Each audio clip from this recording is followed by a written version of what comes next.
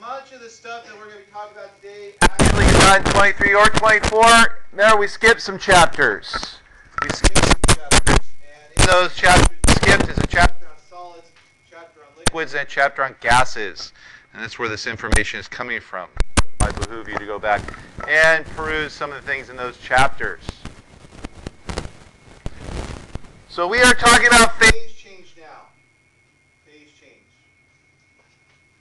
Now, when we add heat, we learned as we add heat, temperature changes. But there's going to become a point where you're going to get to a certain temperature and heat energy is no longer going to be making temperature go up. It's going to cause it to change phase. Or when I remove energy, it's going to cause a change of phase. Now, we also call this change of state, and I will use those terms interchangeably. Change of phase, change of state, same thing. And this is the process when energy is added or removed, the substance is going to change its phase. That means, is it going to go from a solid to a liquid, liquid to gas, etc. And this is a physical, not a chemical change. Physical, not chemical change.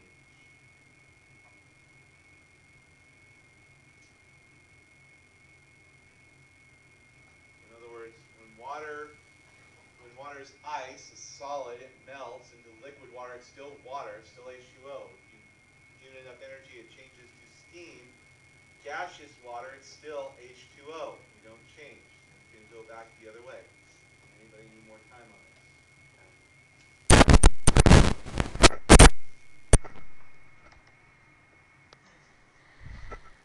this? Now, phase change occurs at the phase change temperature. And there'll be a caveat to that, but we'll talk about that later. But basically, when we get to the phase change temperature is when phase change goes there. The melting point, the boiling point. That's what we call those.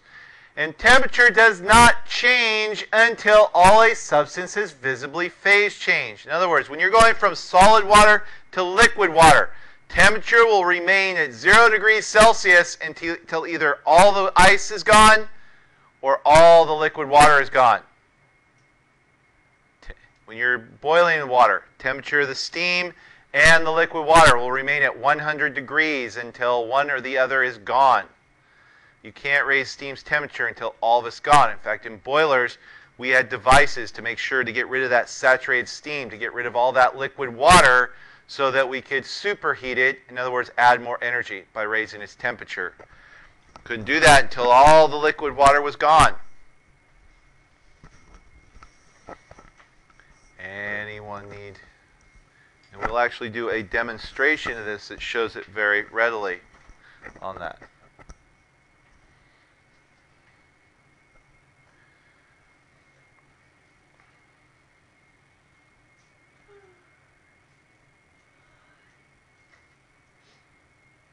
Good.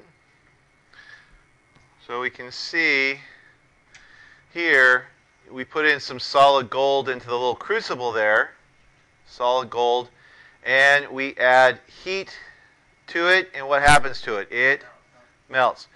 Is it still gold? Gold. In fact, if I cool it back down, it's going to turn back into a solid. You know, add heat, becomes molten. Remove heat, is going to become a solid again. Could I make it gaseous? Yeah, if I had enough heat to it. I mean, if I'm smelting it, the idea is not to make it gaseous because then it goes in the air and we lose some. You know. Also, we don't really want to be breathing gaseous gold into our lungs. So, what are these things? Solids, liquids, gases, etc. So we're going to talk about the 4 states that occur naturally in the Earth. First of all, solid, like my brick. Solids have a constant shape and volume. In other words, tonight when I go home and I come back in the morning, am I reasonably assured that when I come back in the morning that this will still have a brick shape and will still have a brick volume? Yes. I mean, barring anything else done to it. But if it's just sitting here, it is going to remain the same. It is a solid. It will have a definite shape and a definite volume. And it's not going to change. Now, in the structure of a solid, the atoms and molecules are about 1 atomic diameter apart. This is the distance between the various different parts of it. And they are locked together. They are bonded together in various ways, depending on what bonding they're using. But they are locked together. They can't move around. They all are always next to whoever. It's like here. You come to class. You sit next to the same person every day since the beginning of the year. Since the beginning of the semester. Have you been sitting next to the same person? No. Pretty much. Barring Telfield Hood. But pretty much you are set in a certain thing. You have a crystal structure. Because you sit in a certain place. That's what crystal means. Now, crystals don't have to be nice geometric shapes. You don't get that nice coarse crystal that has 6 sides on it. It looks very pretty. Most crystals aren't like that. They're what we call amorphous. In other words, they just are whatever. They kind of glom onto each other. But it's still a crystal. So we're locked together in that. And this will be the lowest energy state. The lowest amount of energy a substance is going to have is in its solid form. Things like that. Anybody need more time on this?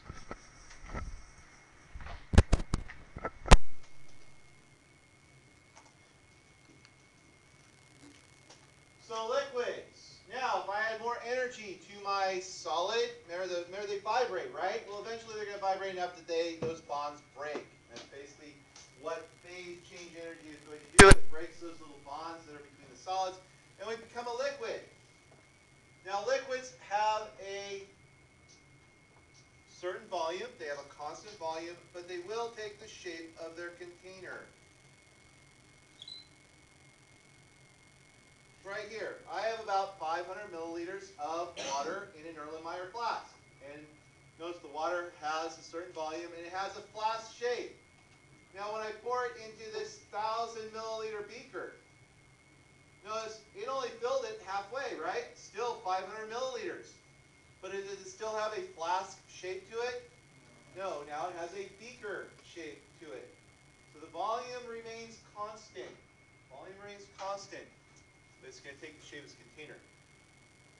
This is also because they're so close. Now the atoms are still 1 atomic diameter apart, so they're about the same distance apart they were when they're a solid. But now they can move around. They're able to freely move around. It'd be like saying, well, you guys can sit anywhere you want to. So every day you pick a different seat to sit in on that. So you're free to move around. Now the thing is, and this is something you should write down, this makes liquids incompressible. In other words, I cannot force a liquid into a smaller volume. It has a fixed volume. I cannot force it to become a smaller volume appreciably.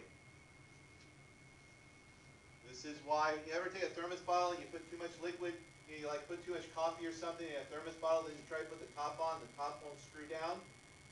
Because the liquid inside can't be compressed. You can't force it into a smaller volume.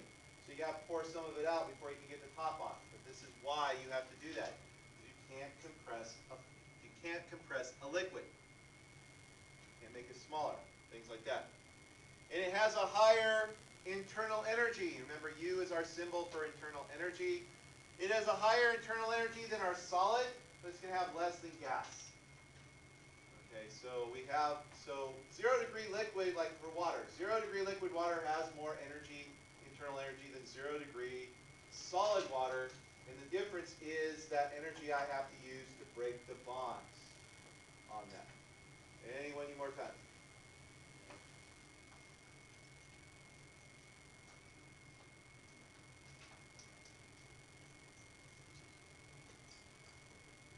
This is different from the expansion and contraction as we heat up and cool down. Okay, so that's not compressing. When something contracts because it cools down, that's not compressing it. Okay, that other process gets put together. Good. A gas. Now, a gas is going to take the shape and volume of its container.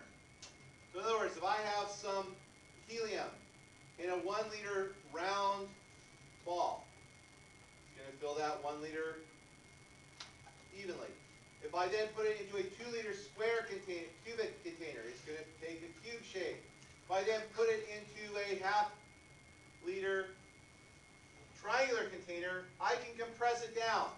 Think about liquids. Now liquids can be compressed, so they will take whatever volume and whatever shape is their container. Now they will evenly space within that container, But they're far apart. They are many, many atomic diameter apart. That's actually what the phase change energy does to liquid. Where liquid, they're basically touching, it pulls them apart.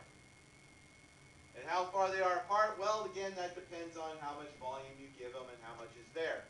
Obviously, that mass of air in the half-liter container is going to be closer together when I put it in the 2-liter container.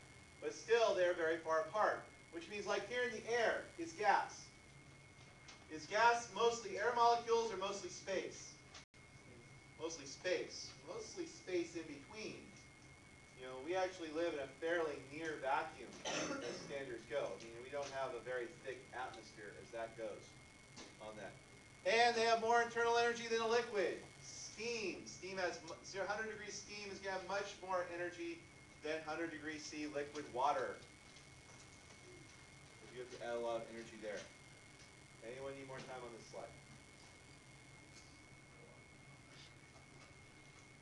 All right, our last one is plasma.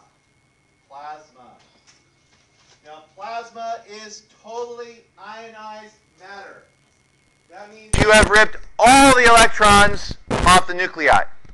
So you have nuclei and you have lots of electrons. Now, most of this is hydrogen. Most plasma is hydrogen because this is what stars are made out of. Stars are plasma.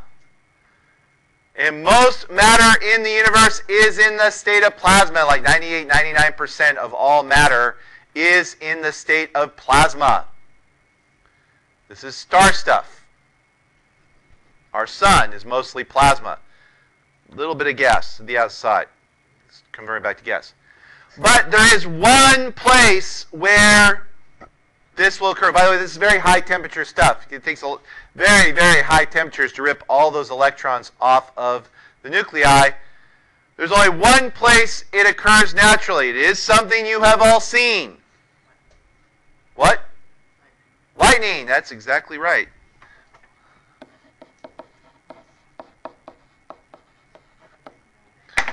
Lightning is the only place. And by the way, when you see it, it's no longer plasma. What you see as lightning is actually the air cooling down. It's the pathway cooling down back into a gas. Because as the electrons are rejoining the nuclei, they will give up light. Plasma is actually black. You can't see it. It'd be just black. Because no electrons. The way light is produced is when an electron falls from a higher energy state to a lower energy state, it releases light. If there's no electrons, there's no light. So when you see the lightning bolt is when all of those electrons are starting to rejoin their atoms and coming back into gaseous form. But still, it's lightning. You know, technically, thunder is actually produced before lightning. Thunder is actually produced lightning. Why do you hear light? Why do you see it before you hear it? Well, talk about light and sound. Which travels faster? Light. Light travels at 300 million meters per second. Sound is traveling at about 350 meters per second. Yes. It's the expanding of air. When the air expands, it pushes out. When we get to sound, we'll talk about that. But it's because the air, basically as the air expands, it makes a pressure wave. And that's what sound is a pressure wave on that. All right, well, that's it for notes today. So you continue working on Chapter 23. I'm going to come around. Everybody needs to have produced some Chapter 23 on this so I can see it.